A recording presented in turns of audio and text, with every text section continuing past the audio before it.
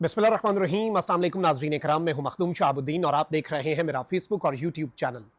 उम्मीद करता हूं आप सब लोग बखैर वाफियत होंगे और जहां भी होंगे अपने अहले खाना समेत खुश भी होंगे और महफूज भी। नाज़रीन इकराम, सूरत हाल इस वक्त बड़ी दिलचस्प हो चुकी है। एक जानिब आसाब की जंग जारी है, इमरान खान साहब ने अपने मसल्स दिखा दिए हैं। सिविल नाफरमानी की कॉल जो है वो अब चंद ही दिन इमरान खान साहब ने दिए हैं सिस्टम को कि अगर ये मुतालबात तस्लीम नहीं होते तो हम सिविल नाफरमानी की कॉल की तरफ जाएंगे और उसका पहला मरहला रेमिटेंस जो है ओवरसीज पाकिस्तानी जो तरसिलात ज़र भेजते हैं वो हम रोकने का हुक्म जारी करेंगे। अब वहीं दूसरी जानिब सिस्टम जो है वो भी अपने मसल्स दिखा रहा है और ये एक नेचुरल चीज़ भी है कि मुज़ाकरात में एंटर होने से पहले दोनों साइड्स जो हैं वो अपने अपने मसल्स जो हैं वो दिखाएं और अपनी अपनी एक स्ट्रॉन्ग पोजीशन के साथ मुज़ाकरात की मेज़ पे बैठें। अब एक ऐसे मौके पर जब मुज़ाकरात जो हैं वो बिल्कुल होने जा रहे हैं और मुज़ाकरात बामानी भी होने जा रहे हैं और वो लोग एक्टिव हो चुके हैं जो लोग डी चौक एहतजाज मौखर करवाने के लिए और संगजानी का मकाम ऑफर करने के लिए तैयार थे, जिन्होंने तैयारा भी प्रोवाइड किया, हेलीकॉप्टर भी कि आनियां जानियां करें पीटीआई के लोग, जिन्होंने अडियाला जेल के रात गए दरवाजे भी खुलवाए। और ये वो लोग हैं जो मुक्तदरा के सियासी चेहरे के तौर पर देखे जाते हैं। एक जानिब वो भी एक्टिव हो चुके हैं। अब इमरान खान साहब ने अपने मसल्स दिखाने के लिए सिविल नाफरमानी की जो तलवार है वो सिस्टम के सर पे लटका दी है, तो वहीं दूसरी जानिब सिस्टम जो है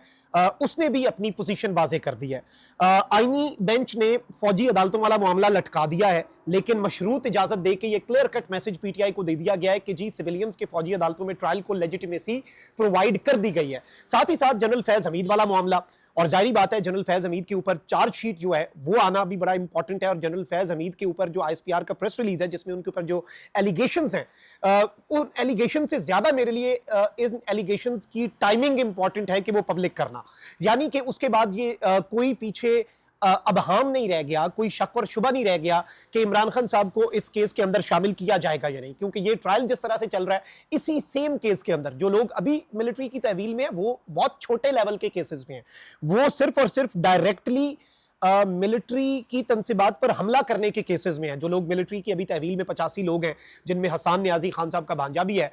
अब वहीं दूसरी जानिब इमरान खान साहब का जो ट्रायल है फौजी अदालतों में फैज हमीद वाले केस के अंदर ही उसी में शरीक मुलजिम बेस्ड ऑन द एविडेंस जो इस वक्त दूसरी साइड का मौकफ है, लेकिन वो मामला इतनी तेजी से आगे बढ़ नहीं रहा। वो इसलिए नहीं बढ़ रहा क्योंकि जैसे इमरान खान साहब ने सिर्फ सिविल नाफरमानी की तहरीक का कहा है, तो वहीं दूसरी जानिब दूसरी साइड ने भी एक मैसेज दे दिया है कि वी कैन डू दिस, लेकिन उससे पहले कोई बामानी मुज़ाकरात जो हैं अगर वो हो जाएं। और इमरान खान साहब के जो इस मरतबा दो मुतालबात हैं वो मुतालबात भी आप ये चीज अपने जहन में रखिएगा कि वो कोई इस तरह के मुतालबात नहीं है, क्योंकि डी चौक एहतजाज के टाइम पे एक मुतालबा था कि आप जो 8 फरवरी का मैंडेट है वो वापस करें, 26वीं यानी तरमीम वापस लें। उस पर राना सनाउल्लाह ने कहा ना ये तो ऐसे ही अपने हाथ पांव काट के पीटीआई को दे दें, इमरान खान को जेल से निकाल के हम जेल में डल जाएं। लेकिन इस वक्त जो मुतालबात हैं वो बड़े नॉर्मल से हैं कि अंडर ट्रायल सियासी कैदी रिहा करें। नंबर 2, 26वीं आईनी जो 26 नवंबर को इंसिडेंट हुआ और जो 9 मई हुआ उसके ऊपर एक आजाद जुडिशियल कमीशन बनाए। और ये दोनों चीजें ऐसी नहीं है कि इस पे अमल नहीं हो सकता, ये बहुत ही रीजनेबल किस्म के मुतालबात हैं और ये फर्स्ट स्टेप है। अब इस सब के अंदर इमरान खान साहब की जो 109 मिलियन पाउंड वाली सजा है वो भी चल रही है और उस हवाले से भी यही खबर है कि वो सजा मिलनी है 23 तारीख को। उसके बाद इस्लामाबाद हाई कोर्ट में मौसम सरमा की तातीलात हो जानी है और ये कहा जा रहा है कि मुज़ाकरात के नतीजे में ही आगे जाके कोई रिलीफ या इस तरह की चीजें हों। लेकिन अब जनरल फैज हमीद वाला केस जो है वो बड़ा इंटरेस्टिंग हो गया और इस सब के अंदर 2-3 बड़ी आम तरीन डेवलपमेंट्स हैं। कुछ जर्नलिस्ट्स हैं उन्होंने कुछ क्लेम्स किए हैं और इस सब के अंदर फैज हमीद साहब जो है 9 मई केस में फैज हमीद की अदालत में पेशी, इस हवाले से और फैज हमीद का जो ट्रायल इस वक्त चल पड़ा है उस ट्रायल के अंदर इन द कमिंग डेज क्या होगा, ये भी एक इस तरह की खबर है जो कि बहुत ज्यादा चीजों को आगे लेकर बढ़ने में मदद फराम कर सकती है। अब यहां पर जो हमारे पास खबर है नाज़रीन इकराम वो ये है कि एक तरफ तो हामिद मीर साहब सीनियर जर्नलिस्ट, सारी बात है, और उन्होंने एक बहुत बड़ा क्लेम किया है जनरल फैज हमीद के हवाले से, क्योंकि याद रखिएगा जनरल फैज हमीद को जो तहवील में लिया गया वो तो टॉप सिटी वाले मामले पर लिया गया था। सुप्रीम कोर्ट ऑफ पाकिस्तान में टॉप सिटी के लोग जो हैं वो गए, उन्होंने कहा निजी हाउसिंग सोसाइटी है कि जी हमारे साथ ये हो गया तो सुप्रीम कोर्ट ने कहा आपने मुतलका महकमे के साथ पहले राब्ता किया है? उन्होंने कहा नहीं। उन्होंने कहा ठीक है आप पहले जो रेलिवेंट फॉरम है उस पर जाएं। मिनिस्ट्री ऑफ डिफेंस के अंदर उन्होंने एप्लीकेशन दी, कोर्ट ऑफ इंक्वायरी बैठा, फैज हमीद को उठा लिया। फैज हमीद की इनिशियल जो इल्ज़ाम था वो तो एक करप्शन स्कैंडल था ना, टॉप सिटी वाले मामले के अंदर इख्तियारात का नाजायज इस्तेमाल। लेकिन वहां से कट्टे खुलते गए और पहले ही प्रेस रिलीज के अंदर जो अगस्त में आया उसमें भी ये बात लिख दी गई थी कि फैज हमीद रिटायरमेंट के बाद बहुत सी आर्मी एक्ट की खिलाफ वर्जियों के मुर्तकिब पाए गए। फिर जो अभी कुछ दिन पहले एक प्रेस रिलीज आया उसमें डायरेक्टली टॉप सिटी वाला मामला ओवरशैडो हो गया और भी बहुत कुछ आ गया। अब यहां पर एक तरफ तो ये भी खबरें आ रही हैं कि फैज हमीद को कहा जा रहा है कि जी आप वादा माफ गवाह बन जाएं या कोई स्टेटमेंट दे दें जिसकी वजह से ऑब्वियसली आपकी सजा में कमी हो सकती है, क्योंकि फैज हमीद पे जो इल्जामात हैं उनमें सजाए मौत तक दी जा सकती है। अब सजाए मौत उम्र कैद में कन्वर्ट हो या उम्र कैद 7 साल सजा में या इवन सजा खत्म हो जाए और सिर्फ रैंक्स ले लिए जाए, इमारात वापस ले ली जाए, ये सारी चीजें लोग जो हैं इवन हुकूमत के करीब समझे जाने वाले साफी ये पॉसिबिलिटीज डिस्कस करते आ रहे हैं। ये हम नहीं कर रहे, वो कर रहे हैं। लेकिन अब यहां पर हामिद मीर साहब जो हैं उन्होंने एक बहुत बड़ा क्लेम किया और कहते हैं कि जनरल फैज का मामला, बहुत से लोगों की कोशिश है कि जनरल फैज के मामले में इशू जो है वो टॉप सिटी तक ही रहे और टॉप सिटी के स्कैंडल तक ही मामला रहे, क्योंकि अगर पेशावर डीएचए तक बात पहुंच गई तो बहुत से लोग जो हैं वो रगड़े में आएंगे और इसमें बड़े बड़े सियासतदान और बहुत से मीडिया वाले जो हैं उन्होंने भी बहुत बहुत फेवर्स लिए हैं जनरल फैज हमीद से और इस हमाम में बहुत से लोग नंगे हैं। और जनरल फैज हमीद के ऊपर मामला सिर्फ टॉप सिटी तक नहीं रहेगा बल्कि जनरल फैज हमीद के ऊपर मामला जो है वो बहुत आगे तक जाएगा, जिसे आप कहते हैं ना कि बात निकलेगी तो फिर दूर तलक जाएगी। तो इस सब के अंदर मामला सिर्फ फैज हमीद तक नहीं रहेगा, कुछ सियासतदानों तक नहीं रहेगा और ये करप्शन स्कैंडल जो है इसमें सहाफी बड़े बड़े जो फन्ने खान हैं वो भी, और इसमें मेरे पास जो खबर है उसके हवाले से ये भी मैं आपको बता दूं कि बहुत से ऐसे लोग भी हैं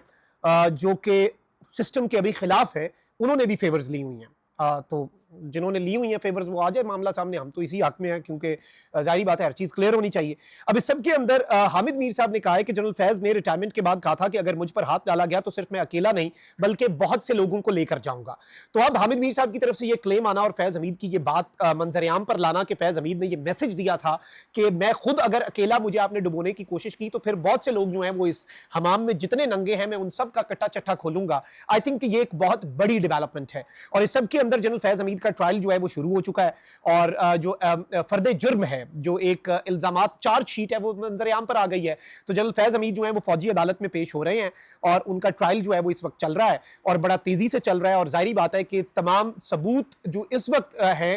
things are not in favour of General Faiz Hameed. हमारे पास तो ये भी खबर आई है कि उनकी फैमिली को कह दिया गया कि अब सिर्फ दुआ ही बचा सकती है फैज हमीद को और ये इस वक्त चीजें हैं। अब जाहिर बात है जनरल फैज हमीद ने इसमें मियां अली अशफाक जो हैं मुमताज लॉयर हैं और बड़े बड़े केसेस बड़ी यंग एज में उन्होंने, इससे पहले जनरल अमजद शुएब को भी रिप्रेजेंट किया था और अब एक और जर्नैल को वो रिप्रेजेंट करने जा रहे हैं। मियां अली अशफाक को ये उन्होंने टास्क दिया है and he has trusted him with his life. तो मियां अली अशफाक प्रोफेशनल वकील हैं, जारी बात है वकील का अपना कोई साइड नहीं होती, वो अपने क्लाइंट का दिफा करता है। तो अब वो बेसिकली मिलिट्री कोर्ट्स के अंदर जनरल फैज हमीद को रिप्रेजेंट भी करने जा रहे हैं। लेकिन जनरल फैज हमीद का मामला जो है मैं आपको सिर्फ अभी इतना बता सकता हूं कि काम शुरू हो चुका है और जारी बात है इमरान खान भूल जाएगा और बहुत से लोगों को अपनी अपनी पड़ गई है, बहुत से सियासतदान, और इसमें राब्ते सिर्फ पीटीआई तक नहीं रहेंगे, ये चीज़ आप याद रखिएगा। और बहुत से सिस्टम के चहीते जो हैं वो भी रगड़े में आ सकते हैं और फैज हमीद जो हैं उनकी जो समात हो रही है उसमें भी जारी बात है चीज़ें अब देखते हैं आगे चल के फैज हमीद साहब किसे किसे निशाने पर लेते हैं और कौन कौन रगड़े में आता है, कौन कौन निशाने पर आता है और क्या होता है।